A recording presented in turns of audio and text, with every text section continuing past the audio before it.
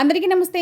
జొన్న పేలాల లడ్డు. దీనికి ఒక మందపాటి ప్యాన్ తీసుకోండి. బాగా హీట్ అయ్యాక మాత్రమే జొన్నలు వేయండి. జొన్నలు ఇలాగా మనకు ప్యాన్కి సరిపడంత మాత్రమే జొన్నలు వేయండి, ఎక్కువ వేయకండి. జొన్నలు అనేవి మంచిగా క్రిస్పీగా ఉండేలాగా చూసుకోండి. లేకపోతే ఒక 1 అవర్ ఎండలో పెట్టేసుకొని ఇలా చేసుకుంటే పేలాలు అనేది చాలా మంచిగా వస్తాయి త్వరగా. బాగా మందపాటి గిన్నె తీసుకోవాలి. తర్వాత ఇలాగా మనం సరిపడంత జొన్నలు వేసాక పైన టిష్యూ పేపర్ పెట్టుకోండి. ఎందుకంటే మనకి పేలాలు అనేది చిట్లకొని ఉంటాయి.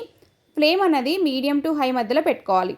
ఇలాగ పెట్టుకుంటే మనకి ఒక 5 మినిట్స్ కల్లా జొన్న పేలాలు అనేది రెడీ అయిపోతాయి. చూడండి మంచిగా జొన్న పేలాలు అనేది రెడీ అయిపోయాయి. వీటిని ఇప్పుడు మనం ఉత్తగానే తీసుకోవచ్చు అండి. పిల్లలకి స్నాక్స్ లాగా పెట్టవచ్చు, చాలా ఇష్టంగా తింటారు. కొంచెం నెయ్యి, కారం, ఉప్పు వేసి ఇస్తే చాలా బాగుంటుంది. తర్వాత వీటిని చల్లార్చుకున్న తర్వాత సరిపడంత బెల్లం, మనం ఎంత తీపి తింటే అంత బెల్లం వేసుకొని mixie పట్టేసుకోండి.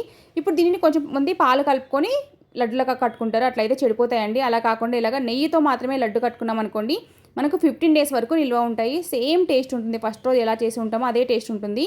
Thank you for watching. Please support my channel. Bye bye.